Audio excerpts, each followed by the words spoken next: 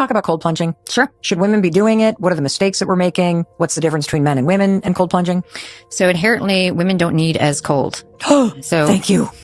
Hi ladies, my name is Leah Scott, and during my 9 years cold plunging, I have facilitated and trained thousands of women, predominantly in natural bodies of water. Now, I've been sent this reel from my audience quite a few times now, and I'm going to respond to the broad generalizations being made. When we're looking at stress response, because that's how I view all of the environmental and exercise things, is what kind of stress it puts on the body. Reducing women's cold exposure experiences to mere stress responses overlooks the complexity of our physiological, psychological, and spiritual adaptations. But let's roll with what Stacy has to say. It invokes such a severe, strong stress response, much stronger than a male's response, that her body goes into more of a shutdown phase. This perspective, while grounded in certain physiological truths, is rooted in scenarios of accidental or very unprepared first-time beginner immersions. When you're a beginner, ice baths invoke a strong stress response. It's like when you get nervous before your first public speaking, or you're about to have a difficult conversation with your friend, your boss, or your spouse.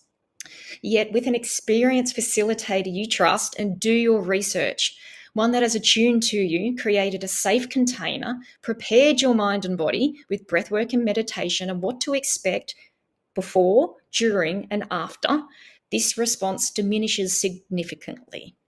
And it diminishes very quickly after your second, after your third plunge. It's hormesis. Okay, and what Stacy forgot to mention is that our vagus nerve is stimulated. And again, this is tips that your experienced facilitator will give you.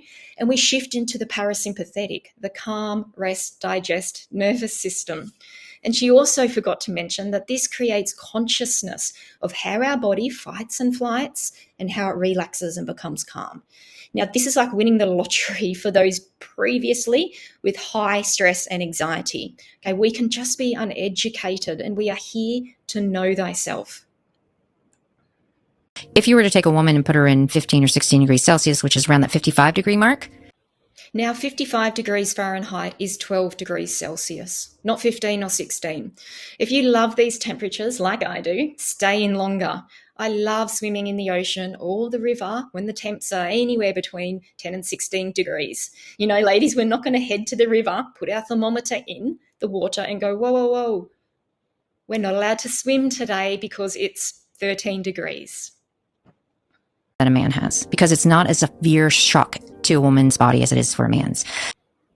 Men elicit a stress response too. They also have a nervous system and they're training their response just like us. I have seen plenty of men with a stronger stress response initially than women. To put us both, like all women, all men, into one box, it doesn't make sense. More body fat. So we tend to vasodilate and vasoconstrict first. Vasoconstriction and vasodilation goes beyond body fat. It can be influenced by regular temperature training, hormones like adrenaline and noradrenaline, age-related changes. Again, optimizing our physical and psychological responses over time. Shock protein responses. So these little proteins that will uncouple and then recouple and be better for it.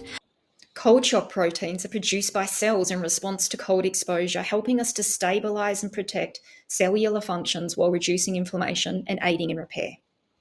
Our thermoregulatory differences between what men do when they get in and they start sweating profusely. I love using the sauna, but I sweat quickly and more than my girlfriends. The heat enhances my mood. I feel content and relaxed afterwards, but personally, I do prefer the evening sauna because they allow me to slow down. Better fatty acid metabolism, so your body's like, I'm going to use more fat as a fuel. Like meaning you're going to burn more fat if you sit in a sauna? Exposure to cold stimulates brown fat, which generates heat by burning calories, primarily from white fat. This process, known as thermogenesis, helps maintain body temperature. It increases our metabolism and it creates more energy. Do you recommend that women sit in a sauna for the health benefit? Yeah, I do. Our bodies respond differently under different thermal conditions, and this is beneficial. I love the pendulum. Okay, ladies are seasonal, cyclical beings. There's wisdom in aligning with the rhythms of nature and feeling the ebb and flow like intuitively we're supposed to do.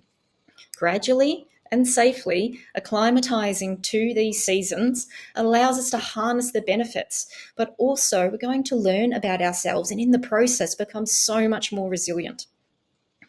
We don't do this every day. I don't ice bath around during my period, but please don't cut yourself off, especially from the chance to connect with nature or the ice bath, using it as a tool to enhance your personal well-being.